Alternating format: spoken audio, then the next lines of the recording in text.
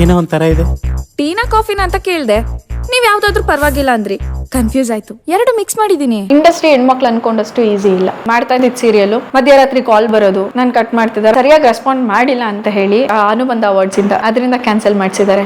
ರಾತ್ರಿ ನನಗೆ ಗೊತ್ತಿಲ್ಲದೆ ನನ್ನನ್ನ ಚೇಂಜ್ ಮಾಡಿದ್ದಾರೆ ಸೀರಿಯಲ್ ಇಂದ. ಕೆಲವೊಂದು ಹೇಳೋಕ್ಕೂ ಆಗಲ್ಲ, ಹೆಣ್ಮಕ್ಳಿಗೆ ಹಿಂಗಾಗುತ್ತೆ ಅಂದ್ರೆ ಇವಾಗ ಹೇಳ್ಕೊಂಡ್ರೆ ನೆಕ್ಸ್ಟ್ ಯಾವ್ದು ಆಫರ್ ಸಿಗಲ್ಲ. ನಾನು ಅದನ್ನ ಇನ್ಸ್ಟಾಗ್ರಾಮ್ ಅಲ್ಲಿ ಇಲ್ಲಿ ಪೋಸ್ಟ್ ಕೂಡ ಮಾಡಿರ್ತೀನಿ. ಇಲ್ಲ ಪ್ರೊಡ್ಯೂಸರ್ ನಿಮ್ಮನ್ನ ಬೇಡ ಅಂತ ಹೇಳ್ತಿದ್ದಾರೆ. ಸೊ ಒಂದು ಸೆಲ್ಫಿಯಿಂದ ನೀವ್ ಹೆಂಗೆ ನನ್ನ ಕ್ಯಾರೆಕ್ಟರ್ ನ ಜಡ್ಜ್ ಮಾಡ್ತೀರಾ? ಆ ಹುಡುಗಿ ಪ್ರೊಡ್ಯೂಸರ್ ಗೊತ್ತು, ಅವ್ರಿಬ್ರದೇನೋ ಬೇರೆ ತರ. ಅದಕ್ಕೂ ನಿಮ್ಗೆ ಏನ್ ಸಂಬಂಧ? 3 ದಿನ ಶೂಟ್ ಇದ್ರೆ 6 ತಿಂಗಳು ಶೂಟ್ ಇರಲ್ಲ ನಮ್ಗೆ. ಇವಾಗ ನೀವು ಪ್ರೊಡ್ಯೂಸರ್, ಓಕೆ, ನೀವೇ ಡೈರೆಕ್ಟ್, ನೀವೇ ಆಕ್ಟರ್, ನೀವೇ ರೈಟರ್, ಅವರ ಆಡಿಯನ್ಸ್. 2 ಸಿನಿಮಾ ನನ್ಗೆ ಆ ತರ ಆಗಿದೆ. ಅದರಿಂದ ಪೇಮೆಂಟ್ ಸಿಕ್ಕಿರಲ್ಲ ನಮ್ಗೆ.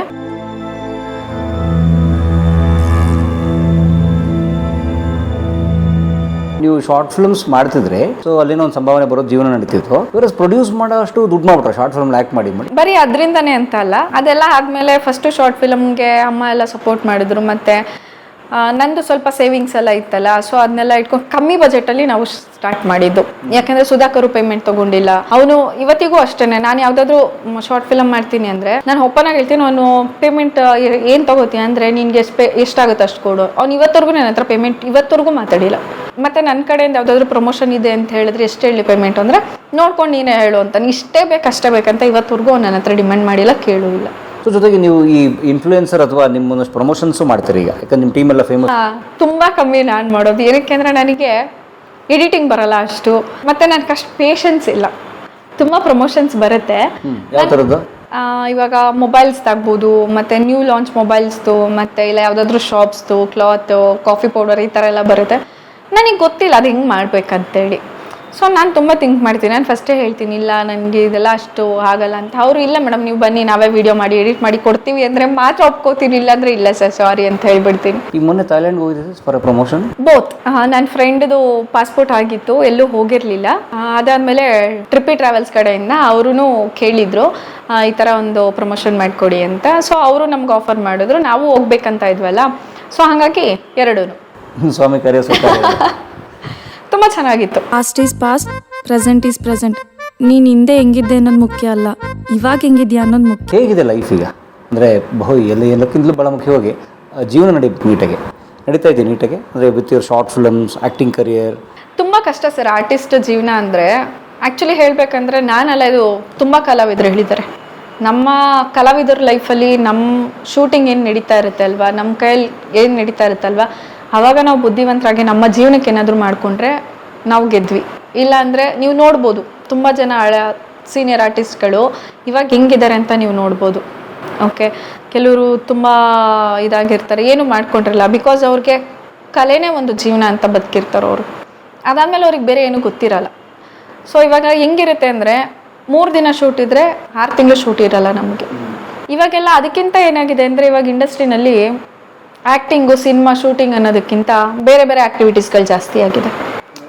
ಇವಾಗ QPL ಅದು ಇದು ಈಗೆಲ್ಲರೂ ಅಲ್ಲೇ ಹೋಗ್ತಾ ಇರ್ತಾರೆ. ಸೆಲೆಬ್ರಿಟಿ ಶೋಸ್ ಅಂತೆ, ಅದು ಇದು, ಔಟ್ ಆಫ್ ಕಂಟ್ರಿ. ಇವಾಗ ಈಗ ಶೂಟಿಂಗ್ಸು ಮತ್ತು ಇದೆಲ್ಲ ಕಮ್ಮಿ ಆಗಿಬಿಟ್ಟಿದೆ ಸರ್. ಸಿನಿಮಾದಲ್ಲೇನೆ. ಇವಾಗ ನಿಮ್ಗೆ ನೋಡಿರ್ಬೋದಲ್ವಾ, QPL ಆಗಲಿ ಮತ್ತು ಇನ್ನೊಂದು ಆಗಲಿ ಸೆಲೆಬ್ರಿಟಿ ಶೋಸ್ ಅಂತ ಮಾಡ್ತಾರೆ, ಮತ್ತು ಸೆಲೆಬ್ರಿಟಿ ಕ್ರಿಕೆಟ್ ಲೀಗ್ ಮಾಡ್ತಿರ್ತಾರೆ. ಸೊ ಇವಾಗ ಎಲ್ಲ ಜನ ಅಲ್ಲೇ ಇರ್ತಾರೆ. ಆಲ್ಮೋಸ್ಟ್ ವಾಲಿಬಾಲ್ ಮಾಡ್ತಾರೆ, ಕ್ರಿಕೆಟ್ ಮಾಡ್ತಾರೆ, ಬೌಲಿಂಗ್ ಮಾಡ್ತಾರೆ, ಇದೇನೇ ನಮ್ಗೆ ಹೆಂಗೆ ಅನಿಸ್ತಿದೆ ಅಂದರೆ ಇವಾಗ ಇಷ್ಟೇನಾ ಇಂಡಸ್ಟ್ರಿ? ಎಲ್ಲೋಯ್ತು? ಫಸ್ಟ್ ಎಲ್ಲ ಬರೀ ಶೂಟ್ಸಲ್ಲಿ ಬ್ಯುಸಿ ಇರ್ತಾ ಇದ್ರು. ಓಕೆ, ಇವಾಗ ನಮ್ಗೆ ಅದು ಕಾಣಿಸ್ತಾನೆ ಇಲ್ಲ. ಆಸ್ತಿ ಪತ್ರನ ಸೇರಿಸ್ಕೊಟ್ಬಿಡು. ಟೈಮ್ ಬರ್ಲಿ, ನೀನು ಸೇರ್ಸ್ಕೊಡ್ತೀನಿ. ಕೊಡ್ತೀಯಾ? ಒಳ್ಳೆ ಪಿಗರ್ಗೆ ಕೊಡು. ಮೇಡಮ್ ಒಂದು ಕತೆ ಇದೆ, ಕೇಳ್ತೀರಾ ಮಾಡ್ತೀರಾ ಅಂತ. ಓಕೆ ಅಂತ ಹೋಗ್ತೀವಿ. ಅವ್ರು ಹೇಳೋದು ಫಸ್ಟ್ ಒಂದೇ ಮಾತು ಹೇಳೋದು, ಯಾಕೆ ನೀವು ಶಾರ್ಟ್ ಫಿಲ್ಮ್ಸ್ ಇಂದ ಈಚೆ ಬರಲ್ಲ? ಯಾಕೆ ನೀವು ಶಾರ್ಟ್ ಫಿಲ್ಮ್ ಬಿಟ್ಟು ಬಿಗ್ ಸ್ಕ್ರೀನಿಗೆ ಬರಲ್ಲ? ಆಫರ್ ಸಿಕ್ಕರೆ ನಾವು ಯಾಕೆ ಮಾಡಲ್ಲ ಸರ್ ಅಲ್ವಾ? ಇವಾಗ ನೀವು ಹೇಳ್ತೀರಾ ಮೇಡಮ್ ಶಾರ್ಟ್ ಫಿಲ್ಮ್ ಇಂದ ಈಚೆ ಬನ್ನಿ ಅಂದರೆ, ಸರ್ ನೀವು ಒಂದು ಅವಕಾಶ ಕೊಟ್ಟರೆ ತಾನೇ ನಾವು ಅಲ್ಲಿಂದ ನಾವು ಏನು ಅಂತ ಪ್ರೂವ್ ಮಾಡ್ಕೊಳ್ಳೋದಕ್ಕಾಗೋದು. ಅವಕಾಶ ಕೊಡೋಕೆ ಯಾರು ರೆಡಿ ಇರಲ್ಲ. ಓಕೆ, ಅದರಿಂದ ಈಚೆ ಬನ್ನಿ. ನಿಜ ಹೇಳ್ಬೇಕಂದ್ರೆ ಇವತ್ತು ನಮಗೆ ಅನ್ನ ಆಗ್ತಾ ಇರೋದು ಶಾರ್ಟ್ ಫಿಲ್ಮ್ಸೇ ಸರ್. ಇವತ್ತು ನಮ್ಗೆ ಅನ್ನ ಆಗ್ತಿರೋ ಬಿಕಾಸ್ ಯಾಕೆ ಅಂದರೆ ಇವಾಗ ಹೇಳ್ತೀನಿ ನೋಡಿ, ಸಿನಿಮಾ ಅಂದರೆ ಒಂದು, ಓಕೆ, ಸಿನಿಮಾದಲ್ಲಿ ನಾವು 15 ದಿನ, ಲೀಡಿಗೆ ಎಷ್ಟು ದಿನ ಅಮ್ಮಮ್ಮ ಅಂದರೆ ಒಂದು 10 ರಿಂದ 15 ದಿನ ಡೇಟ್ಸ್ ಅಷ್ಟೇ ನಮಗೆ ಸಿಗೋದು. ಓಕೆ, ಅದಾದಮೇಲೆ ನಮ್ಮ ಜೀವನ ಏನು? ವರ್ಷಕ್ಕೆ 1 ಸಿನಿಮಾ ಬರುತ್ತೆ ಅಂದರೆ ವರ್ಷಕ್ಕೆ 10 ದಿವಸ ವರ್ಷಕ್ಕೆ 10 ದಿನ ಮಾಡಿ ನಾವು ಏನು ಜೀವನ ಮಾಡಬೇಕು ನೋಡಿ, ಇದು ನಿಮ್ಗೆ ಪ್ರತಿದಿನ ಹೆಂಗೋ ಊಟ ಮಾಡೋಕೆ ಅವಕಾಶ ಕೊಡುತ್ತದೆ ಅಲ್ವಾ? ಇದು ನಾವು ತಿಂಗಳಿಗೆ ಒಂದು ಶಾರ್ಟ್ ಫಿಲಮ್ ಮಾಡ್ತೀವಿ. ಓಕೆ, ತಿಂಗಳಿಗೆ ಒಂದು ಶಾರ್ಟ್ ಫಿಲಮ್ ಅಂದರೆ 2 ದಿನ ವರ್ಕ್ಶಾಪು, 2 ದಿನ ಶೂಟು, ಡಬ್ಬಿಂಗು, ಎಡಿಟಿಂಗ್ ಇದೆಲ್ಲ ಇರುತ್ತೆ. ಓಕೆ, ಸೊ ತಿಂಗಳಿಗೆ ಇವಾಗ ನಮ್ದ್ರಲ್ಲಿ ಒಂದು ಶಾರ್ಟ್ ಫಿಲಮ್ ಮಾಡಿರ್ತೀವಿ. ಇವಾಗ ನೀವು ಬಂದು ನಮ್ಗೊಂದು ಆಪರ್ಚುನಿಟಿ ಕೊಡ್ತೀರಾ, ಮೇಡಮ್ ನಾವು ಈ ಥರ ಒಂದು ಕಂಟೆಂಟ್ ಮಾಡಿದೀವಿ, ಮಾಡ್ತೀರಾ? ಹಾಂ ಸರ್ ಮಾಡ್ತೀನಿ. ಸೊ ನಮ್ಗಲ್ಲಿ 2-3 ಶಾರ್ಟ್ ಫಿಲಮ್ ನಮ್ಗೊಂದು ತಿಂಗಳಲ್ಲಿ ಸಿಗ್ಬೇಕಾದ್ರೆ ನಮ್ಗೆ ಅದು ಅನ್ನ ಆಗ್ತಾ ಇದೆ. ಅನ್ನ ಹಾಕಿದ್ರೆ ನಾವು ಯಾವತ್ತೂ ಮರಿಬಾರ್ದು. ಅದನ್ನ ಚಿಕ್ಕದೊಂದು ಕಡೆಗಣಿಸ್ಬಾರ್ದು. ಹಾಂ, ಇವಾಗ ಸಿನಿಮಾ ಅಂತ ಬಂದರೆ ನಮಗೆ ಸರ್ ಈ ವರ್ಷಕ್ಕೆ ಎಷ್ಟು ಬರ್ಬೋದು? 1 ಇಲ್ಲ 2 ವರ್ಷಕ್ಕೆ 1. ಬರೀ ಸಿನಿಮಾ ಮಾಡ್ಕೊಂಡಿರಿ, ಶಾರ್ಟ್ ಫಿಲಮ್ ಬಿಟ್ಬಿಡಿ, ಸೀರಿಯಲ್ ಬಿಟ್ಬಿಡಿ ಅಂತಾರೆ. ಇವತ್ತು ಎಷ್ಟೋ ಜನ ಕಲಾವಿದ್ರಿಗೆ ಅನ್ನ ಆಗ್ತಾ ಇರೋದು ಸೀರಿಯಲ್ ಮತ್ತೆ ಯೂಟ್ಯೂಬ್. ಸರ್ ಸೀರಿಯಲ್ ಮಾಡ್ಬೇಕಾದ್ರೆ ಹೇಳ್ತಾರೆ, ಮೇಡಮ್ ಏನಕ್ಕೆ ಸೀರಿಯಲ್ ಮಾಡ್ತಾ ಇದ್ದೀರಾ, ಸೀರಿಯಲ್ ಬಿಟ್ಟು ಸಿನಿಮಾ ಬನ್ನಿ, ನೀವೆಲ್ಲ ಸೀರಿಯಲ್ ಅಲ್ಲಿ ಇರಬಾರ್ದು, ಸಿನಿಮಾದಲ್ಲಿ ಇರಬೇಕು ಅಂತಾರೆ. ಅವಕಾಶ ಕೊಡಿ ಸರ್. ಅವಕಾಶ ಕೊಟ್ರೆ ಯಾಕೆ ಬರಲ್ಲ? ಸಿನಿಮಾ 10 ದಿನ ಶೂಟ್ ಡೇಟ್ಸ್ ಕೊಡುತ್ತೆ, ಸೀರಿಯಲ್ ವರ್ಷಾನ್ಗಟ್ಲೆ ಅನ್ನ ಹಾಕತ್ ನಮಗೆ. YouTube same. ಈಗ ಯೂಟ್ಯೂಬಲ್ಲಿ ಒಂದು ಚಾನಲ್ ಮಾಡ್ಕೊಂಡ್ರೆ ನಮ್ಗೆ ಎವ್ರಿ ಮಂತ್ ಅರ್ನಿಂಗ್ಸ್ ಬರುತ್ತೆ. ಅದು ಎವ್ರಿ ಮಂತ್ ನಮಗೆ ಅನ್ನ ಹಾಕತ್ತೆ. ಅದೇ ನಮ್ಗೆ ದೇವರಿದ್ದಂಗೆ. ಅಟ್ಲೀಸ್ಟ್ ಇಷ್ಟು ಬರುತ್ತೆ ಅಂತಾರೆ, ಒಂದಿನ ಅಂದಾಜು ನೆನಪಿರುತ್ತೆ. ಸೊ ಅದು ನಮ್ಗೊಂದು ಕಮಿಟ್ಮೆಂಟ್ಗೆ ಆಗುತ್ತೆ. ಒಂದು ರೆಂಟ್ ಕಟ್ಟೋದಕ್ಕೆ ಆಗ್ಬೋದು, ಇಲ್ಲಾಂದ್ರೆ ನಾವು ಒಂದು ಬಟ್ಟೆ ತೊಗೊಳೋದಕ್ಕಾಗ್ಬೋದು, ಇಲ್ಲಾಂದ್ರೆ ನಾವು ಊರಿಗೆ ದುಡ್ಡು ಕಳ್ಸೋದಕ್ಕಾಗ್ಬೋದು. ನಮ್ಮ ಮೈಂಡಲ್ಲಿ ಫಿಕ್ಸ್ ಆಗಿರ್ತೀವಿ ಇಷ್ಟು ಬರುತ್ತೆ. ಓಕೆ, ಬಟ್ ಬರೀ ಸಿನಿಮಾನೇ ಮಾಡ್ಕೊಂಡು ನಾವು ಜೀವನ ಮಾಡೋಕ್ಕಾಗಲ್ಲ. ಅದೇ ನೀವು ನಮ್ಗೆ ಅಷ್ಟು ಫೇಮ್ ಇರುತ್ತೆ, ನೀವು ಸಿನಿಮಾ ಕೊಟ್ರೆ ನಾವು ಯಾಕೆ ಮಾಡಲ್ಲ? ಮಾಡಿದೀವಿ ಸರ್, ಸಿನಿಮಾ ಮಾಡಿಲ್ಲ ಅಂತ ಅಲ್ಲ. ಇದಕ್ಕೆ ಮುಂಚೆ TRP ರಾಮ ಮಾಡಿದೆ, ರಾಜಯೋಗ ಮಾಡಿದೆ, ಅದಾದ್ಮೇಲೆ ಬೇಗೂರು ಕಾಲೋನಿ ಸಿನಿಮಾ ಮಾಡಿದೆ, CCL ರಾಜೀವ್ ಅವ್ರ ಜೊತೆ, ಫ್ಲೈಯಿಂಗ್ ಕಿಂಗ್ ಮಂಜು ಡೈರೆಕ್ಷನ್ ಅಲ್ಲಿ. ಏನಾಯ್ತು? ಓಕೆ, ಸಿನಿಮಾ ಇವಾಗ ನಾವು ಸಿನಿಮಾ ಮಾಡಿದ್ರು ಎಷ್ಟು ರೀಚ್ ಆಗ್ತಾ ಇದೆ? ಒಂದು ವೀಕ್ಗೆ ಎಷ್ಟು ಸಿನಿಮಾ ಇರುತ್ತೆ ಸರ್? 7-8 ಸಿನಿಮಾ ಇರ್ತವೆ. ಹಾ, ಮತ್ತೆ ಅದಕ್ಕಿಂತ ಸಿನಿಮಾ ಬಗ್ಗೆ ಏನಕ್ಕೆ ಬೇಜಾರು ಅಂದ್ರೆ, ಇವಾಗ ನೀವು ಪ್ರೊಡ್ಯೂಸರ್, ಓಕೆ, ನೀವೇ ಡೈರೆಕ್ಟರ್, ನೀವೇ ಆಕ್ಟರು, ನೀವೇ ರೈಟರ್, ಅವರೇ ಆಡಿಯನ್ಸ್, 2 ಸಿನಿಮಾ ನನ್ಗೆ ಆ ಥರ ಆಗಿದೆ. ಅದು ಮಾಡಿನೂ ರಿಲೀಸ್ ಕೂಡ ಆಗಿಲ್ಲ. ಅದರಿಂದ ಒಂದು ನೆಕ್ಸ್ಟ್ ನಮ್ಗೊಂದು ಅವಕಾಶ ಸಿಗುತ್ತೆ ಅನ್ನೋ ಭರವಸೆಯಲ್ಲಿ ನಾವು ಮಾಡಿರ್ತೀವಿ. ಬಟ್ ಅದು ಹೆಂಗಾಗುತ್ತೆ ಅಂದರೆ, ಅದು ಹೆಸರು ಕೂಡ ಈಚೆ ಬಂದಿರಲ್ಲ, ಅದರಿಂದ ಪೇಮೆಂಟು ಸಿಕ್ಕಿರಲ್ಲ ನಮಗೆ, ಅದರಿಂದ ಹೆಸರು ಕೂಡ ಇರಲ್ಲ. ಅಟ್ಲೀಸ್ಟ್ ಅದು ರಿಲೀಸ್ ಆಗಿದೆ, ಅದ್ರ ಬಗ್ಗೆ ಹೇಳ್ಕೊಬೋದು ಅನ್ನೋದಕ್ಕೆ ರಿಲೀಸ್ ಕೂಡ ಆಗಿರಲ್ಲ. ಏನು ಮಾಡಬೇಕು?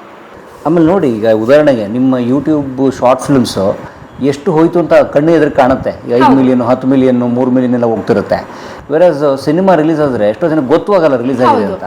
ಸೊ ಹಾಗಾಗಿ ನಿಮಗೆ ಈಗ ನೋಡಿ, ನಾವು ನಿಮ್ಮನ್ನು ಹುಡ್ಕೊಂಬಂದಿರೋದು ಕೂಡ ಯೂಟ್ಯೂಬಲ್ಲಿ ನಿಮ್ಮನ್ನು ನೋಡಿದ್ದೀವಿ ಅಂಥದ್ದು. ರಾಜಯೋಗದಲ್ಲಿ ಎಲ್ಲೋ ಚೂರು ನೆನಪಿದ್ದೀರಿ ಅಷ್ಟೇ.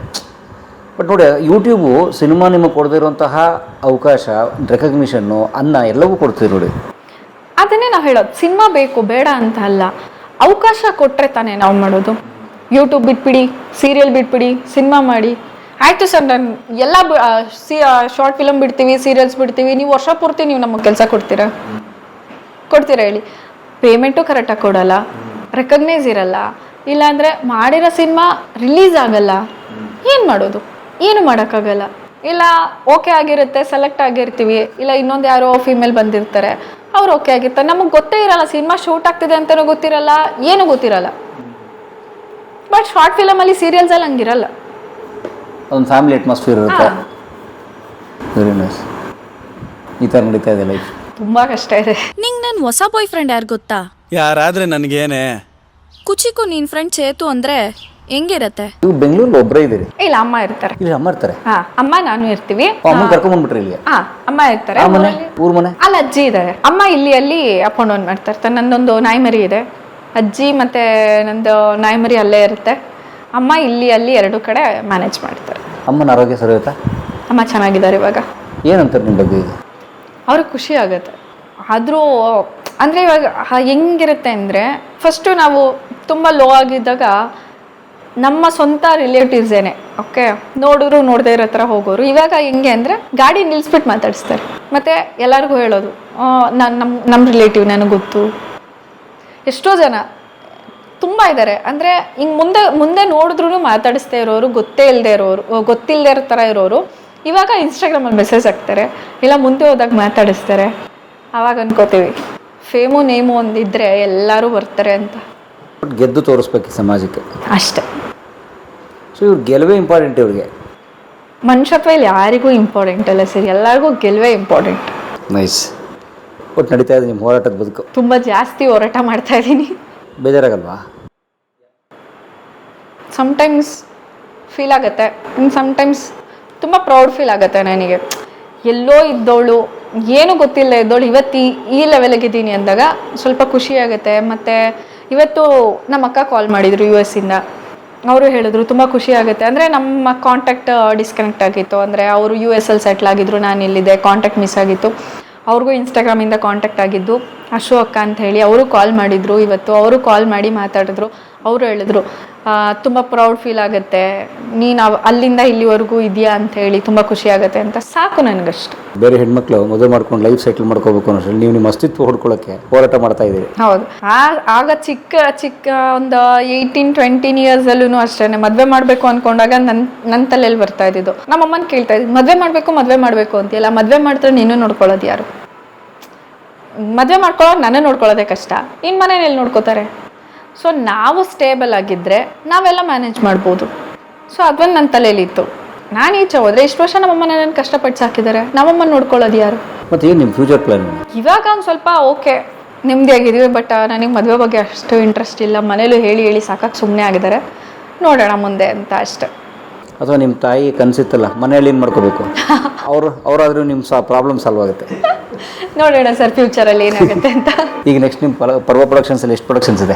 ನೆಕ್ಸ್ಟು ಪರ್ವ ಪ್ರೊಡಕ್ಷನ್ 2 ಪ್ರಾಜೆಕ್ಟ್ ಇದೆ. ನಡೀತಾ ಇರುತ್ತೆ. ಈ ವಾಟ್ ಇಸ್ ದಿಸ್ ಪರ್ವ? ಅದು ಆ್ಯಕ್ಚುಲಿ ಪರ್ವ ಅಂದರೆ ಪಲ್ಲವಿ ಅಂತ ತುಂಬ ಜನ ಇದ್ದಾರೆ. ಓಕೆ, ಇಂಡಸ್ಟ್ರಿಗೆ ಬಂದಾಗ ಇಂಡಸ್ಟ್ರಿಗೆ ಅಂತ ಒಂದು ನೇಮ್ ಬೇಕಿರುತ್ತೆ. ಚೇಂಜ್ ಮಾಡ್ಕೋ ನೇಮ್ ಅಂತ ಹೇಳಿದ್ರು. ನಾನು ಚೇಂಜ್ ಮಾಡ್ಕೊಳ್ಳಲ್ಲ, ಅವಾಗಿಂದ ಬಂದಿರೋದು. ಚಿಕ್ಕ ವಯಸ್ಸಲ್ಲಿ ಪ್ರೀತಿ ಅಂತ ಇತ್ತು. ಅಪ್ಪನ ಊರಲ್ಲಿ ಈಗಲೂ ನನ್ನನ್ನು ಪ್ರೀತಿ ಅಂತ ಕರೀತಾರೆ.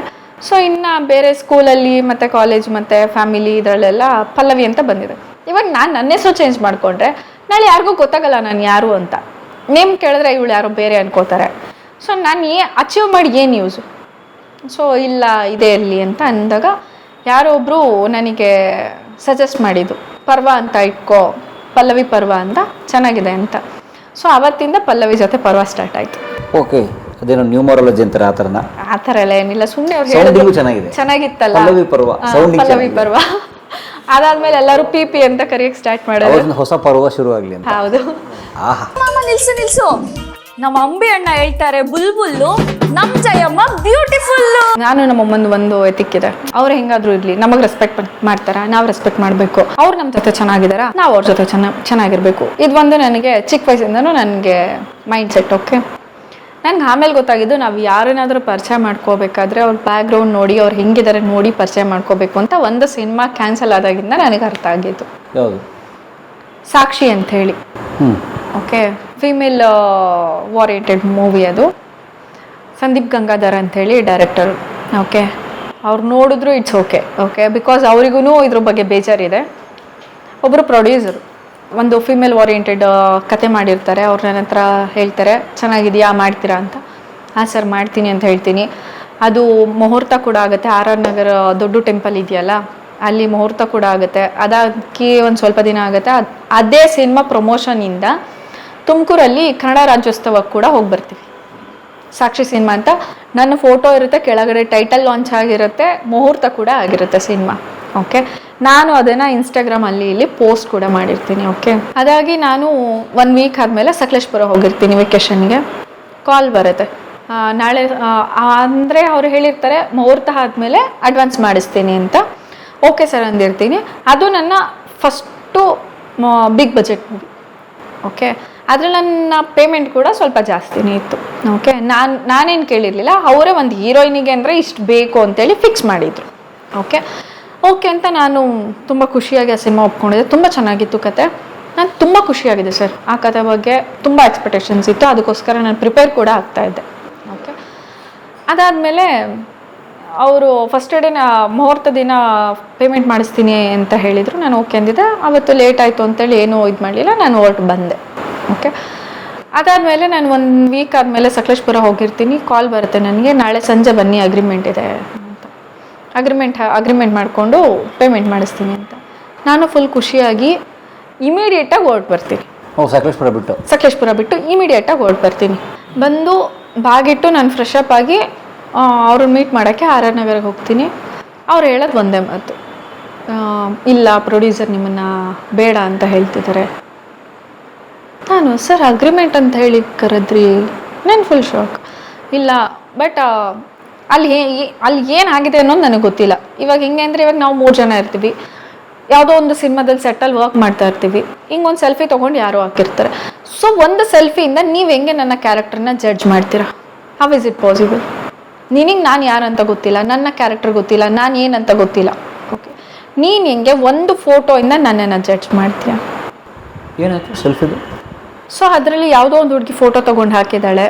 ಓಕೆ, ಹುಡುಗಿ ನಿಮ್ಮ ಜೊತೆಗೆ? ಹಾಂ, ಎಲ್ಲ ಗ್ರೂಪಲ್ಲಿ ಹುಡುಗಿರಿದ್ದು. ಎಲ್ಲಿ? ಅದೊಂದು ಸಿನಿಮಾ ಸೆಟ್ಟು, ಬೇರೆ ಯಾವುದೋ ಒಂದು ಸಿನಿಮಾ ಸೆಟ್ಟು. ಅದರಲ್ಲಿ ಎಲ್ಲ ಹುಡುಗಿರು ಶೂಟ್ ಮುಗಿದ್ಮೇಲೆ ಒಂದು ಸೆಲ್ಫಿ ತೊಗೊಂಡು ಅವಳು ಸ್ಟೇಟಸಲ್ಲಿ ಹಾಕಿದ್ದಾಳೆ. ಆ ಹುಡುಗಿ ಪ್ರೊಡ್ಯೂಸರ್ಗೆ ಗೊತ್ತು. ಓಕೆ, ಅವರಿಬ್ಬರದೇನೋ ಬೇರೆ ಥರ. ಓಕೆ, ಅದಕ್ಕೂ ನನಗೂ ಏನು ಸಂಬಂಧ ಅಲ್ವಾ? ಅವತ್ತು ನನಗೆ ಗೊತ್ತಾಗಿದ್ದು, ಇಂಡಸ್ಟ್ರಿನಲ್ಲಿ ಆರ್ಟಿಸ್ಟ್ಗಳಂದ್ರೂ ಬೇರೆ ಬೇರೆ ಲೆವೆಲ್ಸ್ ಇರುತ್ತೆ, ಬೇರೆ ಬೇರೆ ಥರ ಕ್ಯಾಟಗರೀಸ್ ಇರುತ್ತೆ ಅಂತ ನನಗೆ ಅವತ್ತು ಫಸ್ಟ್ ಗೊತ್ತಾಗಿದ್ದು.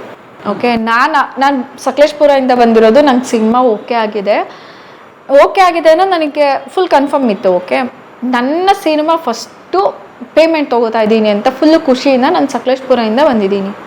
ಆ ಟ್ರಿಪ್ ಕ್ಯಾನ್ಸಲ್ ಮಾಡಿ ಎಲ್ಲ ಕ್ಯಾನ್ಸಲ್ ಮಾಡಿಕೊಂಡು ಬಂದಿದ್ದೀನಿ. ಅದು ಸೋಲೋ ಟ್ರಿಪ್ ಹೋಗಿದ್ದು. ಓಕೆ, ನಾನು ಸೋಲೋ ಟ್ರಿಪ್ ಮಾಡ್ತೀನಿ ಜಾಸ್ತಿ, ನಾನು ಟ್ರಾವೆಲ್ ಮಾಡ್ತಾ ಇರ್ತೀನಿ. ಅಲ್ಲಿಂದ ಬಂದಿದ್ದೀನಿ. ಅಲ್ಲಿಂದ ಬಂದು ಇಲ್ಲಿ ಆರ್ ಆರ್ ನಗರಲ್ಲಿ ಕುತ್ಕೊಂಡು ನಾನು ಅಗ್ರಿಮೆಂಟಿಗೆ ಅಂತ ವೆಯ್ಟ್ ಮಾಡ್ತಾ ಇದ್ದೀನಿ. ಅವ್ರು ಹಿಂಗಂದರು, ನಾನು ಸರ್ ಏನು ರೀಸನು, ಏನಾಯಿತು? ಇಲ್ಲ ಪ್ರೊಡ್ಯೂಸರ್ ಬೇಡ ಅಂದರು ಮೇಡಮ್, ಈ ಥರ ಯಾರೋ ಬೇರೆಯವ್ರ ಫೋಟೋದಲ್ಲಿ ನೋಡಿಬಿಟ್ಟು ನಿಮ್ಮನ್ನು ಅದೇ ಥರ ಅಂದ್ಕೊಂಡಿದ್ದಾರೆ. ನಾನು ಪ್ರೊಡ್ಯೂಸರ್ ಯಾರು ಸರ್? ನಾನು ಮಾತಾಡಬೇಕು. ನಾನು ಸಿನಿಮಾ ಮಾಡಿಲ್ಲ ಅಂದರೂ ಪರವಾಗಿಲ್ಲ, ನನ್ನ ಕ್ಯಾರೆಕ್ಟರ್ನ ಅವ್ರು ಹೆಂಗೆ ಡಿಸೈಡ್ ಮಾಡ್ತಾರೆ, ನಾನು ಮಾತಾಡಬೇಕು. ಇಲ್ಲ ಮೇಡಮ್ ಬೇಡ ಅದು ಇದು ಅಂದರು. ಸರಿ ಅಂತ ಅವತ್ತು ಹತ್ಕೊಂಡು ಬಂದೆ ಮನೆಗೆ. ಓಕೆ, ಹತ್ಕೊಂಡು ಬಂದೆ ನಾನು. ಬಿಕಾಸ್ ನಂದೇನು ತಪ್ಪಿಲ್ಲ, ನನಗೇನು ಗೊತ್ತಿಲ್ಲ. ಯಾರ್ದೋ ಒಬ್ಬರು ಫೋಟೋದಲ್ಲಿ ನೋಡಿ ಅವ್ರು ಹಿಂಗೆ ನನ್ನ ಕ್ಯಾರೆಕ್ಟರ್ ಬಗ್ಗೆ ಜಡ್ಜ್ ಮಾಡ್ತಾರೆ. ಅದು ಮುಗಿಸ್ಕೊಂಡು ಬಂದೆ. ಅದಾದಮೇಲೆ ನನಗೆ ಅದು ಮನಸ್ಸಲ್ಲಿ ತಡಿತಾನೆ ಇಲ್ಲ. ನಂದು ಅದೊಂದು ಬ್ಯಾಡ್ ಹ್ಯಾಬಿಟ್ ಇದೆ. ನನಗೆ ಯಾರಾದರೂ ಏನಾದರೂ ಅಂದರೆ ನನಗೆ ತಡ್ಕೊಳಕ್ಕಾಗಲ್ಲ, ಮತ್ತು ನನಗೆ ಕೋಪ ಬೇಗ ಬರುತ್ತೆ. ನನಗೆ ಕೋಪ ಬಂದರೆ ಅದನ್ನು ಕಂಟ್ರೋಲ್ ಮಾಡೋಕ್ಕಾಗಲ್ಲ, ಅಳು ಬಂದುಬಿಡುತ್ತೆ. ಸೊ ಈ ಥರ ನನ್ನ ಕ್ಯಾರೆಕ್ಟರ್. ಆಮೇಲೆ ಅದನ್ನು ದೇವರ ಹತ್ರ ಒಂದೇ ಅಂದ್ಕೊಂಡಿದ್ದು, ನಾನು ತಪ್ಪು ಮಾಡಿಲ್ಲ ಅಂದರೆ ಅವ್ನು ಡೈರೆಕ್ಟರ್ ನನ್ನ ಕಣ್ಮುಂದೆ ಇನ್ನೊಂದು ದಿನ ಬಂದೇ ಬರ್ತಾನೆ, ಅವನಿಗೆ ನಾನು ಏನು ಅಂತ ತೋರಿಸ್ಬೇಕು, ಇಷ್ಟ ಅಂದ್ಕೊಂಡಿದ್ದು. ಅದಾದಮೇಲೆ ಯಾವುದೋ ಒಂದು ಶಾರ್ಟ್ ಫಿಲಮ್ಗೆ ಅನಿಸುತ್ತೆ ಸರ್, ರವೀಂದ್ರ ಕಲಾಕ್ಷೇತ್ರದಲ್ಲಿ ಒಂದು ಮೀಟಿಂಗ್ ಕರೆದಿದ್ರು, ಸ್ಟೋರಿ ಡಿಸ್ಕಷನ್ಗೆ ಹೋಗಿ ನಾನು ಮತ್ತು ನನ್ನ ಫ್ರೆಂಡ್ ಹೋಗಿದ್ವಿ. ಹಿಂಗೆ ಕೂತ್ಕೊಂಡು ನಾನು ಅವ್ರ ಜೊತೆ ಸ್ಟೋರಿ ಡಿಸ್ಕಷನ್ ಮಾಡ್ತಾಯಿದ್ದೀನಿ. ಆ ಸೈಡಲ್ಲಿ 3 ಜನ ಕೂತಿದ್ದಾರೆ. ಓಕೆ, ಅದರಲ್ಲಿ ಒಬ್ಬ ನನ್ನನ್ನೇ ನೋಡ್ತಾ ಇದ್ದಾನೆ. ಓಕೆ, ನನ್ನನ್ನೇ ನೋಡ್ತಾ, ನನಗೆ ಎಲ್ಲೋ ನೋಡಿದ್ದೀನಲ್ಲ ಅಂತ. ಆ್ಯಂಡ್ ಅವ್ನು ನೋಡ್ತಾ ಇರೋ ವೇನು ಸರಿ ಇರಲಿಲ್ಲ. ಓಕೆ, ನಾನು ಇವನು ಯಾಕೆ ಈ ಥರ ನೋಡ್ತಾ ಇದ್ದಾನೆ ಅಂತ ನಾನು ಥಿಂಕ್ ಮಾಡ್ತಾ ಇದ್ದೀನಿ. ಆಮೇಲೆ ನನಗೆ ಸ್ವಲ್ಪ ಡೌಟ್ ಬಂತು, ಇವನೇ ಆ ಪ್ರೊಡ್ಯೂಸರ್ ಅಂದ್ಬಿಟ್ಟು ನಾನು ಒಂದು ಫೋಟೋ ತೆಗೆದ್ಬಿಟ್ಟು ಇವ್ರಿಗೆ ಕಳಿಸ್ದೆ, ಸಂದೀಪ್ ಸರ್ಗೆ. ಇವರು ನಿಮ್ಮ ಪ್ರೊಡ್ಯೂಸರ ಅಂತ. ಹೌದು, ನಿಮ್ಗೆ ಎಲ್ಲಿ ಸಿಕ್ಕಿದ್ರು ಅಂದರು. ಅವ್ರು ಸಿಕ್ಕಿಲ್ಲ, ಅವ್ರಿಗೆ ಕಾಲ್ ಮಾಡಿ ಹೇಳಿ ಇನ್ನೊಂದು ಸಲ ಏನಾದರೂ ನನ್ನನ್ನು ಈ ಥರ ನೋಡೋದು ಅವರು ಇವ್ರಿಗೆ ತೋರಿಸಿ ಮಾಡಿದ್ರೆ ನಾನು ಡೈರೆಕ್ಟಾಗಿ ಹೋಗಿ ಕೇಳ್ತೀನಿ ಅಂತ. ಓಕೆ, ಅದಾದಮೇಲೆ ನಾನು ಅಲ್ಲಿಂದ ಎದ್ದು ಬಂದೆ. ಬಿಕಾಸ್ ನನಗೆ ನ್ಯೂಸೆನ್ಸ್ ಮಾಡ್ಕೊಳ್ಳೋಕೆ ಇಷ್ಟ ಇಲ್ಲ. ನನ್ನ ಕ್ಯಾರೆಕ್ಟರ್ ಇನ್ನೊಬ್ರಿಗೋಸ್ಕರ ನಾನು ಹಾಳು ಮಾಡ್ಕೊಳ್ಳೋದಕ್ಕೆ ರೆಡಿ ಇರಲಿಲ್ಲ. ಅವನೇನು ಅಂತ, ಅವ್ನ ಮೆಂಟಾಲಿಟಿ ಏನು ಅಂತ ಅವನ ಬಗ್ಗೆ ಗೊತ್ತಾಗಿದೆ. ಸೊ ಅವನ ಹತ್ರ ಮಾತಾಡಿ ಕೊಚ್ಚ ಮೇಲೆ ಕಲ್ಲಾಕೆ ಸಿಡ್ಸ್ಕೊಳ್ಳೋದು ಬೇಡ ಅಂದ್ಬಿಟ್ಟು ಬಂದೆ.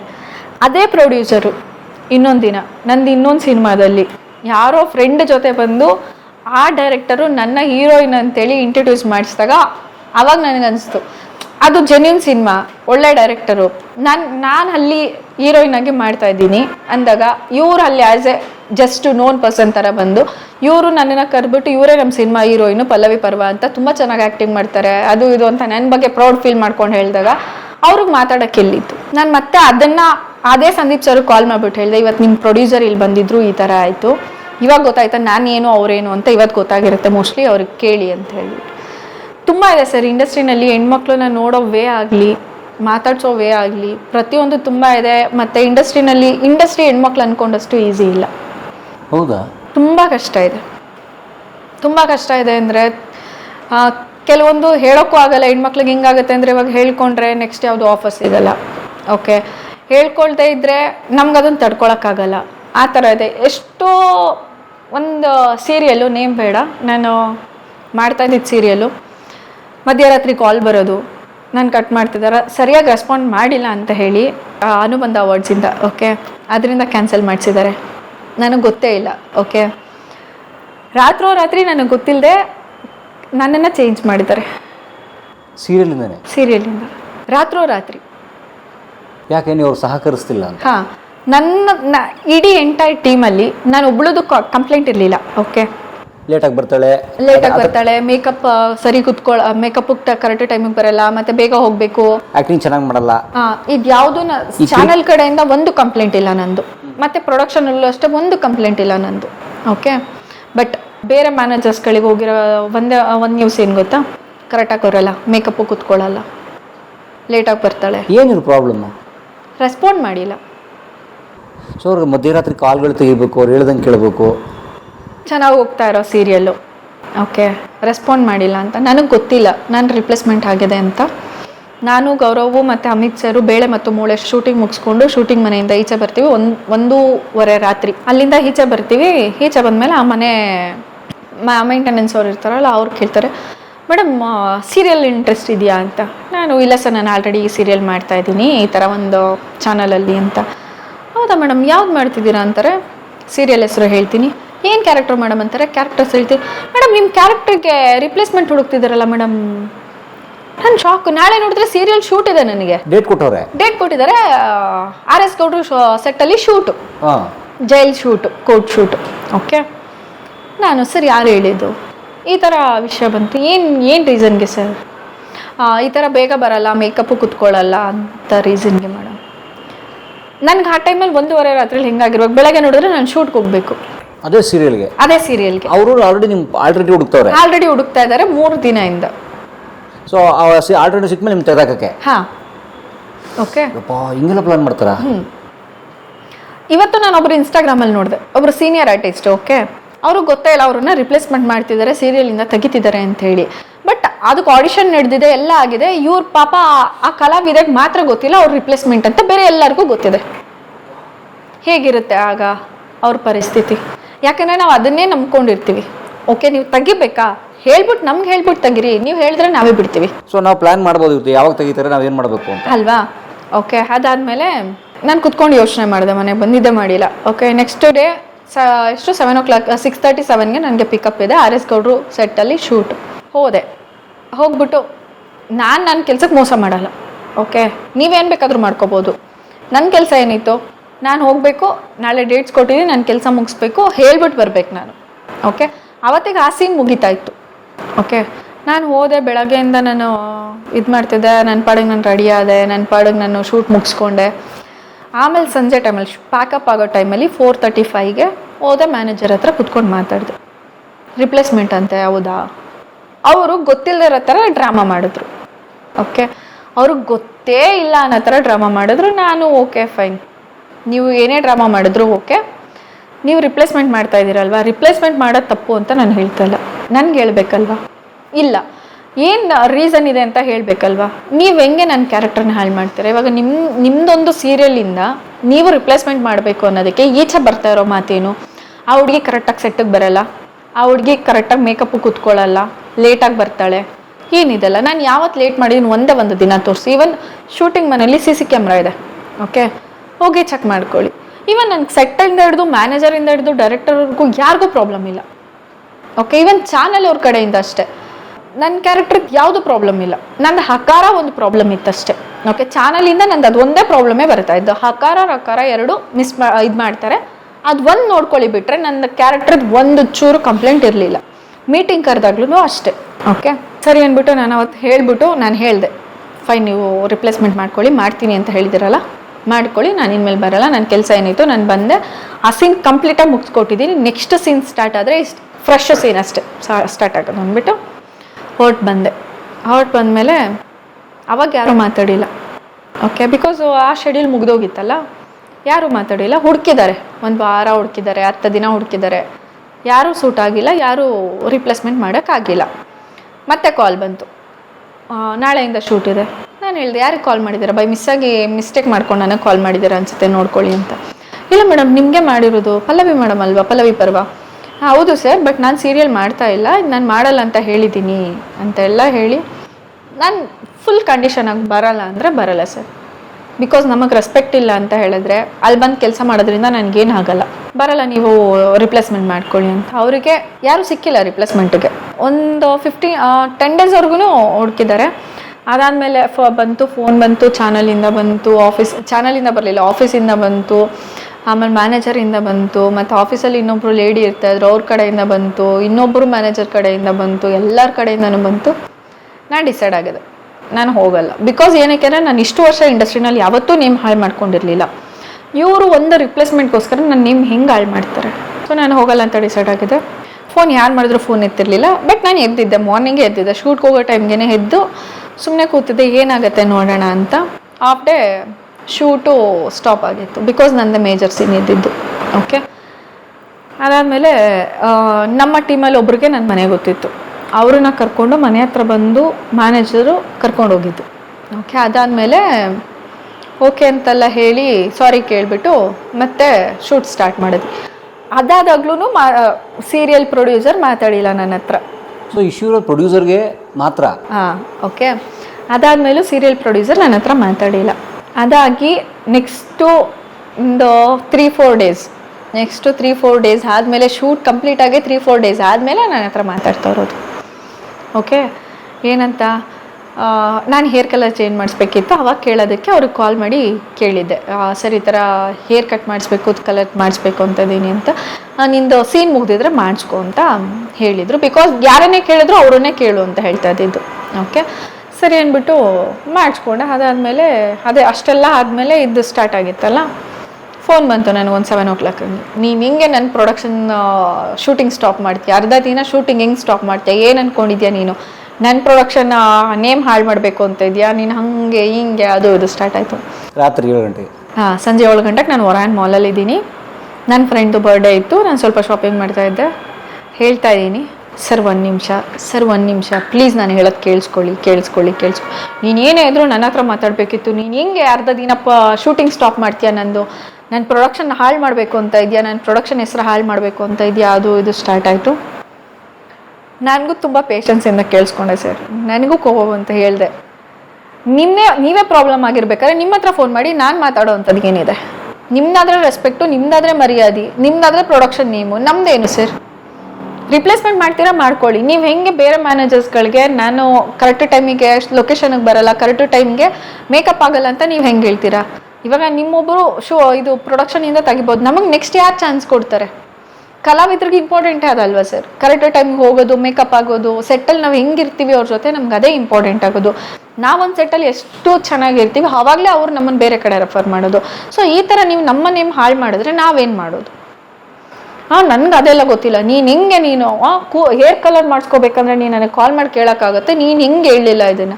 ಸರ್ ಪ್ರಾಬ್ಲಮ್ ಇರೋದೇ ನೀವು ಅಂದಮೇಲೆ ನಾನು ಹಿಂಗೆ ಹೇಳಲಿ ಹಂಗಲ್ಲ. ನೀನು ಬೆಳೀತಾ ಇದೆಯಾ ಅಂದರೆ ಈ ಥರ ಸುಳ್ಳು ಹೇಳೋರು ಇರ್ತಾರೆ, ರಿಪ್ಲೇಸ್ಮೆಂಟ್ ನಾವೇನಕ್ಕೆ ಮಾಡಬೇಕು, ನೀವು ಮಾಡ್ದಲ್ಲೇ ಬೇರೆ ಮ್ಯಾನೇಜರ್ಸ್ಗಳಿಗೆ ಗೊತ್ತಾಯ್ತಾ. ಇವನ್ ನಾನು ಹರಿ ಅಂತ ಹೇಳಿದ್ನಲ್ಲ, ಹರಿನೂ ಕೇಳಿದ್ರು ಏನಕ್ಕೋ ನೀನು ರಿಪ್ಲೇಸ್ಮೆಂಟ್ ಮಾಡ್ತಿದ್ದಾರೆ. ನಾನು ವಿತ್ ಸ್ಕ್ರೀನ್ಶಾಟ್ ಕಳಿಸಿದ್ದೆ, ಅವ್ರ ನೇಮ್ ಎಡಿಟ್ ಮಾಡಿಬಿಟ್ಟು ವಿತ್ ಸ್ಕ್ರೀನ್ಶಾಟ್ ಕಳಿಸಿದ್ದೆ. ನೀವು ಇದು ಮಾಡಿದೆ, ನನಗೆ 3-4 ಜನ ಮ್ಯಾನೇಜರ್ ಹಿಂಗೆ ಕೇಳ್ತಾರೆ ಸರ್. ನನಗೆ ಅದಕ್ಕೆ ಆನ್ಸರ್ ಮಾಡಿ. ಆಯಿತು ಹೇಳಿದ್ಯಾ ಅಲ್ವಾ ರಿಪ್ಲೇಸ್ಮೆಂಟ್ ಅಂತ, ಆಯಿತು ಮಾಡ್ತೀನಿ. ಅದು ಹೆಂಗೆ ನೀನು ಬೇರೆ ಇದರ ಪ್ರೊಡಕ್ಷನಲ್ಲಿ ಕೆಲಸ ಮಾಡ್ತೀನಿ, ನಾನು ನೋಡ್ತೀನಿ. Okay sir, thank you. Cut ಮಾಡಿದೆ. ಅದಾದಮೇಲೂ ರಿಪ್ಲೇಸ್ಮೆಂಟಿಗೆ ಸರ್ಚ್ ಮಾಡಿದ್ದಾರೆ. ಗಾಡ್ ಗ್ರೇಸ್ ಯಾರೂ ರಿಪ್ಲೇಸ್ಮೆಂಟಿಗೆ ಸಿಗಲಿಲ್ಲ. ಆ ಟೈಮಲ್ಲೂ ನಾನು ವೆಕೇಷನಲ್ಲಿದ್ದೆ. ಓಕೆ, ವಯನಾಡೇನೋ ಹೋಗ್ತಾ ಇದ್ದೆ. ಓಕೆ, ಆ ಟೈಮಲ್ಲಿ ಅವ್ರ ಕಡೆ ಇವ್ರು ಇರ್ತಾರಲ್ವ ಅಕೌಂಟ್ಸು, ಅವ್ರು ಕಾಲ್ ಮಾಡಿಬಿಟ್ಟು ಯಾಕಮ್ಮ ಈ ಥರ ಎಲ್ಲ. ಸರ್ ನಾನೇನು ಮಾಡಿದೆ, ಈ ಥರ ತಪ್ಪಿರೋದು ನಿಮ್ಮ ಕಡೆ, ನಾನೇನು ಮಾಡೋಕ್ಕಾಗತ್ತೆ. ರಿಪ್ಲೇಸ್ಮೆಂಟ್ ಮಾಡ್ತೀನಿ ಅಂತ ನೀವು ಆಡಿಷನ್ ಎಲ್ಲ ಮಾಡಿದ್ದೀರಾ, ಲುಕ್ ಟೆಸ್ಟ್ ಎಲ್ಲ ಮಾಡಿದ್ದೀರಾ, ನೀವು ತೊಗೊಂಡಿದ್ದೀರಾ. ಇವನ್ ನನಗೆ ಹೇಳ್ದೆ ನೀವು ರಿಪ್ಲೇಸ್ಮೆಂಟ್ ಕೂಡ ಮಾಡಿದ್ದೀರಾ. ಇವಾಗ ನನ್ನನ್ನು ಕರೆದ್ರೆ ನಾನು ಏನು ಮಾಡಲಿ ಸರ್, ನಾನು ಬೇರೆ ಸೀರಿಯಲ್ ಒಪ್ಕೊಂಡಿದ್ದೀನಿ, ನಾನು ಆಗಲ್ಲ ಸರ್ ಅಂದರೆ. ಇಲ್ಲಮ್ಮ ನೀನು ನಮ್ಗೆ ಹೇಳ್ದಂಗೆ ಅಗ್ರಿಮೆಂಟ್ ಆಗಿದೆ, ನೀನು ಹೆಂಗೆ ನಮ್ಗೆ ಹೇಳ್ದಂಗೆ ನೀನು ಬೇರೆ ಸೀರಿಯಲ್ ಒಪ್ಕೊತೀಯ. ಸರ್ ಅದೇ ಅಗ್ರಿಮೆಂಟಲ್ಲೂ ಇದೆ ಅಲ್ವಾ, ನೀವು ನನಗೆ ಬಿಫೋರ್ ಇನ್ಫಾರ್ಮ್ ಮಾಡಿದೆ ರಿಪ್ಲೇಸ್ಮೆಂಟ್ ಮಾಡೋಂಗಿಲ್ಲ ಅಂತ ನೀವು ಹೆಂಗೆ ಮಾಡಿದ್ರಿ ಸರ್. ನನಗೂ ಅವ್ರಿಗೂ ಸ್ವಲ್ಪ ಆರ್ಗ್ಯೂ ಆಯಿತು. ಅದಾದಮೇಲೆ ಓಕೆ ಆಗಿದ್ದಾಯಿತು, ಬಿಟ್ಬಿಡಿ, ಇಲ್ಲಿಂದ ಇಲ್ಲಿಗೇನೆ, ಇನ್ಮೇಲೆ ಬಂದು ಶೂಟಿಂಗ್ ಮಾಡ್ಕೊಂಡು ಹೋಗು, ನಮ್ಮ ಕಡೆಯಿಂದನೂ ತಪ್ಪಾಗಿದೆ, ನಿನ್ನ ಕಡೆಯಿಂದನೂ ತಪ್ಪಾಗಿದೆ, ಅದು ಇದು ಅಂತೇಳಿ. ಆಮೇಲೆ ಕೊನೆವರೆಗೂ ನಾನೇ ಆ ಸೀರಿಯಲಲ್ಲಿ ಮಾಡಬೇಕಾಗಿ ಬಂತು. ಅಂದರೆ ಅವರು ತುಂಬ ಸೀರಿಯಲ್ಸ್ ಮಾಡಿದ್ರಾ?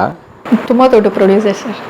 ಅಂದರೆ ಅವ್ರ ನಿರೀಕ್ಷೆ ಏನು, ನೀವು ಅವ್ರು ಹೇಳೋದನ್ನ ಕೇಳ್ಕೊಂಡಿರ್ಬೇಕು. ಹೌದು, ಬಟ್ ನನಗೆ ಆ ಥರ ಆಗಲ್ಲ. ಇದೆಲ್ಲ ಸಿನಿಮಾದಲ್ಲಿ ನಡೆಯುತ್ತೆ ಅಂತ ಕೇಳಿದ್ವಿ, ಸೀರಿಯಲಲ್ಲೂ ನಡೆಯುತ್ತೆ. ಸೀರಿಯಲ್ ಒಂದು ಫ್ಯಾಮಿಲಿ ಅಟ್ಮಾಸ್ಫಿಯರ್, ಒಂಥರ ಕುಟುಂಬದ ಥರ ಇರುತ್ತೆ ಅಂತೆಲ್ಲ ಕತೆ ಹೇಳ್ತಾರೆ. ಸೀರಿಯಲಲ್ಲಿ ಆರ್ಟಿಸ್ಟು ಮತ್ತು ಡೈರೆಕ್ಷನ್ ಟೀಮ್ ಆಗ್ಬೋದು ಮತ್ತು ಪ್ರೊಡಕ್ಷನ್ ಟೀಮ್ ಆಗ್ಬೋದು ಇವರೆಲ್ಲ ನಾವೆಲ್ಲ ಫ್ಯಾಮಿಲಿ ಥರನೇ ಇರ್ತೀವಿ. ತುಂಬ ನ್ಯೂ ಆಗಿರ್ತೀವಿ. ಈಗ ನಿಮ್ಗೇನೋ ಒಂದಂದರೆ ನಾವು ಇದು ಮಾಡೋದು ಮತ್ತು ಡ್ರಾಪ್ ಮಾಡೋದು, ಪಿಕ್ ಮಾಡೋದು, ಇಲ್ಲ ನಿಮ್ಗೇನೋ ಒಂದು ಹುಷಾರಿಲ್ಲ ಅಂದರೆ ಕೇರ್ ಮಾಡೋದು, ಇದೆಲ್ಲ ತುಂಬ ಚೆನ್ನಾಗಿರ್ತೀವಿ. ಇವನ್ ಪ್ರೊಡಕ್ಷನ್ ಅವ್ರು ಅಷ್ಟೇ. ನಾವು ಪ್ರೊಡಕ್ಷನ್ ಅವ್ರ ಹತ್ರ ಎಷ್ಟು ಚೆನ್ನಾಗಿರ್ತೀವಲ್ವ, ನಮ್ಗೆ ಅಷ್ಟು ಅವ್ರು ನಮ್ಮನ್ನು ತುಂಬ ಚೆನ್ನಾಗಿ ನೋಡ್ಕೋತಾರೆ. ಇವಾಗ ಒಂದು ಸೆಟ್ಟಿಗೆ ಫ್ರೂಟ್ ಬರ್ಬೋದು, ಎಲ್ಲರಿಗಿಂತ ಫಸ್ಟ್ ಎತ್ಬಿಟ್ಟು ನಮಗೆ ಕೊಡ್ತಾರೆ, ತಿನ್ನಿ ಮೇಡಮ್ ಇರಲಿ ಪರವಾಗಿಲ್ಲ ಅಂತ. ಮತ್ತು ನಮ್ಗೇನಾದ್ರು ಹುಷಾರಿಲ್ಲದೆ ಇರ್ಬೋದು, ಈಚೆಯಿಂದ ಟೆಂಡರ್ ಕೊಕೊನೆಟ್ ತಂದು ಕೊಡೋದಾಗಲಿ, ಇಲ್ಲ ಊಟ ರೂಮಿಗೆ ತಂದು ಕೊಡೋದಾಗಲಿ, ಇಲ್ಲ ಕಾಫಿ ತಂದು ಕೊಡೋದಾಗಲಿ, ಅದೇ ನಾವು ಅವ್ರ ಹತ್ರ ಆ್ಯಟಿಟ್ಯೂಡು, ನಾನು ಲೀಡು, ನಾನು ಆರ್ಟಿಸ್ಟ್ ಅಂತ ತೋರಿಸಿದ್ರೆ ನಾವು ಯಾವತ್ತೂ ಬೆಳೆಯೋಕ್ಕಾಗಲ್ಲ. ನಾವು ಆ್ಯಸ್ ಎ ಆರ್ಟಿಸ್ಟಾಗಿ ನಾವು ಒಂದು ಚೂರಾದರೂ ಏನಾದರೂ ಬೆಳಿಬೇಕಂದ್ರೆ ಎಲ್ಲರ ಹತ್ರ ಚೆನ್ನಾಗಿರ್ಬೇಕು. ಆಟಿಟ್ಯೂಡ್ ಇಟ್ಕೊಂಡು ಬೆಳೆದ್ರೆ ಯಾವತ್ತೂ ಬೆಳೆಯೋಕ್ಕಾಗಲ್ಲ ಸರ್. ಅದು ಅಲ್ಲಿಂದ ಅಲ್ಲಿಗೆ ಅಷ್ಟೇನೆ. ನಾನ್ ವೆಜ್ಜಾ? ನೀವು ನಾನ್ ವೆಜ್ ತಾನೆ? ಸೊ ಹೆಣ್ಮಕ್ಳಿಗೂ ಚಿತ್ರಹಿಂಸೆ ಇದ್ದೇ ಇದೆ ಸೀರಿಯಲಲ್ಲಿ. ಎಲ್ಲ ಕಡೆ ಇದೆ. ಅದಾದಮೇಲೆ ನನಗೆ ಸೀರಿಯಲ್ ಬೇಡ ಅಂತ ಬಿಟ್ಟಿದ್ದು. ಅದಾದಮೇಲೆ ಇನ್ನೊಂದು ತುಂಬ ಒಳ್ಳೆ ಪ್ರೊಡಕ್ಷನಲ್ಲಿ ನನಗೆ ಸೀರಿಯಲ್ ಆಫರ್ ಆಯಿತು. ನೀನು ಅದೇನಾ ಸೀರಿಯಲ್? ಓಕೆ, ಬಿಕಾಸ್ ಏನಕ್ಕೆ ಅಂದರೆ ನಾನು ಪ್ರೌಡ್ ಫೀಲ್ ಮಾಡ್ತೀನಿ. That is very good product. Babu sir ಆಗಿರ್ಬೋದು, ಅದು ರಮೇಶ್ ಅರವಿಂದ್ ಸರ್ ಅವ್ರ ಪ್ರೊಡಕ್ಷನ್ನು. ಪೇಮೆಂಟ್ ಆಗಲಿ, ಮತ್ತು ಅವರು ಕೇರ್ ಮಾಡ್ತಿದ್ದಾಗಲಿ, ಮತ್ತು ಪ್ರತಿಯೊಬ್ಬರು ಆರ್ಟಿಸ್ಟಿಗೆ ರೆಸ್ಪೆಕ್ಟ್ ಮಾಡ್ತಾ ಇದ್ದಿದ್ದಾಗಲಿ, ಸೆಟ್ ಆಗಲಿ ತುಂಬ ಚೆನ್ನಾಗಿತ್ತು. ಚಂದ್ರ ಸರ್ ಡೈರೆಕ್ಷನ್ನು. ನೀನು ಅದೇನಾ ಸೀರಿಯಲಲ್ಲಿ ನಂದು ಅದು ರಿಪ್ಲೇಸ್ಮೆಂಟ್ ಕ್ಯಾರೆಕ್ಟರು ಸಾಕ್ಷಿ ಅಂತ ಹೇಳಿ. ರೀಸೆಂಟಾಗಿ ಪಾಪ ಹುಡುಗಿ ತೀರೋದ್ಲು, ನಂದಿನಿ ಅಂತ ಹೇಳಿಬಿಟ್ಟು ಸೂಸೈಡ್ ಮಾಡಿಕೊಂಡು. ಸೊ ಅದಕ್ಕೆ ಬಿಫೋರ್ ಅವಳಿಗೆ ತಮಿಳ್ ಸೀರಿಯಲ್ ಆಗಿತ್ತು ಅಂತ ಅವಳದು ರಿಪ್ಲೇಸ್ಮೆಂಟ್ ಆಗಿತ್ತು. ಅದು ಮಾಡ್ಬೇಕಾದ್ರೆ ನನಗೆ ಆ ಪ್ರೊಡಕ್ಷನಲ್ಲಿ ಕೆಲಸ ಮಾಡ್ಬೇಕಾದ್ರೆ ತುಂಬ ಖುಷಿ ಇದೆ ಸರ್, ತುಂಬ ಖುಷಿ ಇದೆ. ಯಾಕೆಂದರೆ ಆರ್ಟಿಸ್ಟಿಗೆ ಅಷ್ಟು ತುಂಬ ಚೆನ್ನಾಗಿ ರೆಸ್ಪೆಕ್ಟ್ ಮಾಡ್ತಾರೆ. ಮತ್ತು ಪೇಮೆಂಟ್ ವಿಷಯ ಆಗ್ಬೋದು, ಮತ್ತು ಇನ್ನೊಂದು ಆಗ್ಬೋದು, ಕೇರ್ ಮಾಡೋದಾಗ್ಬೋದು, ಪಿಕಪ್ ಡ್ರಾಪ್, ಇದೆಲ್ಲ ತುಂಬ ಚೆನ್ನಾಗಿತ್ತು. ಆ ಥರ ಪ್ರೊಡಕ್ಷನ್ ಸಿಕ್ಕಿದ್ರೆ 10 ವರ್ಷ ಆದರೂ ಕೆಲಸ ಮಾಡ್ಬೋದು. ಆ ಥರ ಪ್ರೊಡಕ್ಷನ್ ಸಿಕ್ಕಿದಾಗ ನಮ್ಗೇನು ಅನ್ಸುತ್ತೆ, ಒಂದು ಖುಷಿ ಆಗುತ್ತೆ, ಒಂದು ಫ್ಯಾಮಿಲಿ ಥರ ಅನಿಸುತ್ತೆ. ಬಟ್ ಈ ಥರ ಪ್ರೊಡಕ್ಷನ್ ಸಿಕ್ಕಿದಾಗ ಬೇಕಾ ಈ ಥರ ಲೈಫು, ಇಂಡಸ್ಟ್ರಿನ ಬೇಡ ಅನ್ಸ್ಬಿಡತ್ತೆ. ಯೂಟ್ಯೂಬಲ್ಲಿ ಸರಿ ಇದೆಯಾ ಇಲ್ಲಿ? ಯೂಟ್ಯೂಬಲ್ಲೆಲ್ಲ ಅದೆಲ್ಲ ಏನೂ ಇಲ್ಲ ಸರ್. ಬರ್ತೀವಿ, ಕೆಲಸ ಮಾಡ್ತೀವಿ, ನಮ್ಮ ಪೇಮೆಂಟ್ ನಾವು ತೊಗೋತೀವಿ, ಅವ್ರ ಪೇಮೆಂಟ್ ಅವ್ರು ತೊಗೋತಾರೆ, ಅಷ್ಟೇ. ಪ್ರೊಫೆಷ್ನಲ್ಸ್ ಅಷ್ಟೇ. ಬರ್ತಾರೆ, ಸ್ಕ್ರಿಪ್ಟ್ ಹೇಳೋದಕ್ಕೂ ಮೀಟ್ ಮಾಡಲ್ಲ. ಫೋನಲ್ಲಿ ಕೆಲವರು ಫೋನಲ್ಲೇ ಸ್ಕ್ರಿಪ್ಟ್ ಹೇಳ್ತಾರೆ, ಇಲ್ಲ ಸ್ಕ್ರಿಪ್ಟ್ ಕಳಿಸ್ಬಿಡ್ತಾರೆ. ನಾವು ಓಕೆ ಫೈನಲ್ ಆದಮೇಲೆ ಸ್ಕ್ರಿಪ್ಟ್ ಕಳಿಸ್ಬಿಡ್ತಾರೆ. ನಾವು ಸ್ಕ್ರಿಪ್ಟ್ ನೋಡಿಕೊಂಡು ನಾವು ಫಸ್ಟ್ 2 days ವರ್ಕ್ಶಾಪ್ ಮಾಡ್ತೀವಿ. ರಿಹರ್ಸಲ್? ರಿಹರ್ಸಲ್ 2 ದಿನ ರಿಹರ್ಸಲ್ ಮಾಡ್ತೀವಿ. 3ನೇ ದಿನ ಶೂಟ್ಗೆ ಹೋಗ್ತೀವಿ. 4 ದಿನ ಶೂಟ್ಗೆ ಹೋಗ್ತೀವಿ, ಮುಗೀತು. ಡಬ್ಬಿಂಗ್ ಇಂತ ಕಾಲ್ ಮಾಡ್ತಾರೆ, ಹೋಗ್ತೀವಿ, ಡಬ್ಬಿಂಗ್ ಮಾಡ್ಕೊಟ್ಟು ಬರ್ತೀವಿ, ಅಷ್ಟೇ. ಮತ್ತೆನೇನು ಮಾಲಕನ್ ಗಂಡನ್ ಕೇಳಲ್ಲ? ಯಾಕೆ ನನ್ ಬುಡಕ್ ಬರ್ತಿದ್ಯಾ? ಪಲ್ಲವಿ ಪರ್ವ ಅವರು ತೆರೆ ಮುಂದೆ ನಗಿಸ್ತಾ ಇರ್ತಾರೆ. ಅವರ ಅಭಿನಯದ ಮೂಲಕ ಎಷ್ಟು ಒಳ್ಳೆ ಶಾರ್ಟ್ ಫಿಲ್ಮ್ಸ್ ಅವರು ಮಾಡ್ತಾ ಇರ್ತಾರೆ. ನಾನಂತೂ ಸ್ಟ್ರೆಸ್ ಬಸ್ಟರ್ ಥರ ಅದನ್ನು ಮತ್ತೆ ನೋಡ್ತಾ ಇರ್ತೀವಿ. ನಮ್ಮ ಫ್ಯಾಮಿಲಿ ಕೂಡ ನೋಡ್ತಿರುತ್ತೆ ಎಷ್ಟೋ ಶಾರ್ಟ್ ಫಿಲ್ಮ್ಸ್ಗಳನ್ನು. ಹಾಗಾಗಿ ಭಾಳ ಚೆನ್ನಾಗಿರುತ್ತೆ. ಅಂದರೆ ಶುದ್ಧವಾದ ಹಾಸ್ಯ, ಯಾವುದೇ ಡಬಲ್ ಮೀನಿಂಗ್ ಇತ್ಯಾದಿ ಇಲ್ಲಿ ಶುದ್ಧವಾದ ಹಾಸ್ಯದ ಮೂಲಕ ನಗಿಸೋ ಪ್ರಯತ್ನ, ಅಭಿನಯ, ಸ್ಕ್ರಿಪ್ಟು, ಟೈಮಿಂಗ್ ಇದೆಲ್ಲ ಭಾಳ ಚೆನ್ನಾಗಿರುತ್ತೆ. ಕನ್ನಡದಲ್ಲಿ ಒಳ್ಳೊಳ್ಳೆ ಕಂಟೆಂಟ್ ಬರ್ತಿರೋದು ಬಹಳ ಶ್ಲಾಘನೀಯ, ಸ್ವಾಗತಾರ್ಹ. ಇದೇ ಥರ ಮುಂದುವರಿಲಿ. ಈ ನನ್ನ ಸಹೋದರಿ ಅವ್ರ ಕಥೆ ಹೇಳ್ಬೇಕಾದ್ರೆ ನನಗೆ ಅನ್ನಿಸ್ತಿತ್ತು, ಈ ಸಮಾಜ ಮಹಿಳೆಯನ್ನು ನೋಡುವ ದೃಷ್ಟಿಕೋನ ಇನ್ನೂ ಸುಧಾರಿಸಿಲ್ವಲ್ಲ ಅಂತ ನನಗೆ ಬೇಸರ ಕೂಡ ಆಯಿತು. ಸುಧಾರಿಸ್ಬೇಕು. ಮಹಿಳೆಯನ್ನು ನಮ್ಮ ಸಮಾನರು ಅಂತ, ಮಹಿಳೆಯನ್ನು ಅಕ್ಕ ತಂಗಿ ಥರ ನೋಡೋದು ಬಿಟ್ಬಿಟ್ಟು ಮಹಿಳೆಯನ್ನು ಬೇರೆ ದೃಷ್ಟಿಕೋನದಿಂದ ನೋಡುವಂಥವ್ರು ಇನ್ನೂ ಇದ್ದಾರಲ್ಲ ಈ ಸಮಾಜದಲ್ಲಿ. ನನಗೆ ತುಂಬ ಬೇಸರ ಆಗ್ತದೆ. ಇದೆಲ್ಲ ಸುಧಾರಿಸಿ ಸರಿ ಸಮಾಜ ಬೇಗ ಬರಲಿ ಅಂತ ಕೇಳ್ಕೊಂಡು. ಮೇಡಮ್, ಶುಭವಾಗಲಿ ತಮಗೆ. Thank you. All the best. Thank you so much. ನಮ್ಮ ಕಲಾವಿದರ ಜೀವನನ ನಿಮ್ಮ ಚಾನಲಲ್ಲಿ ಹಾಕಿ ಕೆಲವ್ರಿಗೆ ತೋರಿಸೋದಕ್ಕೆ ಕೆಲವು ಹೆಣ್ಮಕ್ಳಿಗೆ ಸ್ಫೂರ್ತಿ ಆಗುತ್ತೆ. Thank you. ನಾವು ಶಾರ್ಟ್ ನೋಟಿಸ್ ಕೊಟ್ವಿ, ಅದಕ್ಕೆ ಅವ್ರು ಒಪ್ಕೊಂಡ್ರು. Thank you. ಧನ್ಯವಾದ. ಆಟೋ ಬಾಡಿಗೆ 1,000 ರೂಪಾಯಿ ಫೋನ್ ಪೇ ಮಾಡ್ಬಿಡು. ಅದನ್ನು ಮಾಡ್ಬೇಕಾ? ಬಾಯಪ್ಪ ಬಾಯಮ್ಮ. ಎಲ್ಲರೂ ಕಲಾ ಮಾಧ್ಯಮ ನೋಡಿ, ಸಬ್ಸ್ಕ್ರೈಬ್ ಮಾಡಿ, ಗಂಟೆ ಹೊಡಿ, ಅಷ್ಟೇ. ವಿಡಿಯೋ ನೋಡಿದ್ದಕ್ಕೆ ನಿಮಗೆ ತುಂಬ ಧನ್ಯವಾದಗಳು. ಪುಸ್ತಕಗಳನ್ನು ಓದು ಮನಸ್ಸನ್ನು ಅರಳಿಸುತ್ತೆ, ಬುದ್ಧಿಯನ್ನು ಚುರುಕು ಮಾಡುತ್ತೆ, ಕಾಣದ ಹೊಸ ಲೋಕವನ್ನು ಪರಿಚಯಿಸುತ್ತೆ. ಹಾಗಾಗಿ ಓದುವ ಸಂಸ್ಕೃತಿ ಹೆಚ್ಚಾಗ್ಲಿ. ಧನ್ಯವಾದ.